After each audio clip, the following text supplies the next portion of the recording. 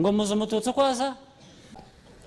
Ubonye umuntu afite ingengabitekerezo icyo wakora gusa nuko umusengera kuko aba yarapfuye kera ahagaze.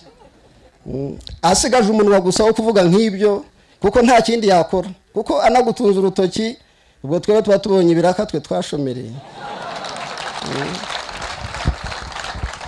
Ni nayo mabwiriza dufite nta yandi rwose birazwi.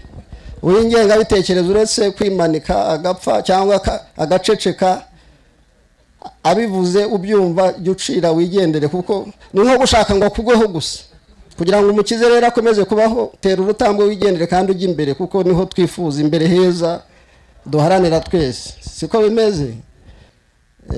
Abagaragaraho ingengabitekerezo ya genocide bananiwe no kuvamwo bakabiheraho nk'ururondwe je bari yasenja mbatinda kuko mbafata nyine nk'ururondwe rwumiye ku ruhu ngo yavuze ibinibi ngo rwose wumva uhungabanye uramwihorera gusa ubundi barabango nta ntariribwa n'imbwa niyo mpamvu imbwa imotse intare iragenda ikavuga iti reka mbe ngiye.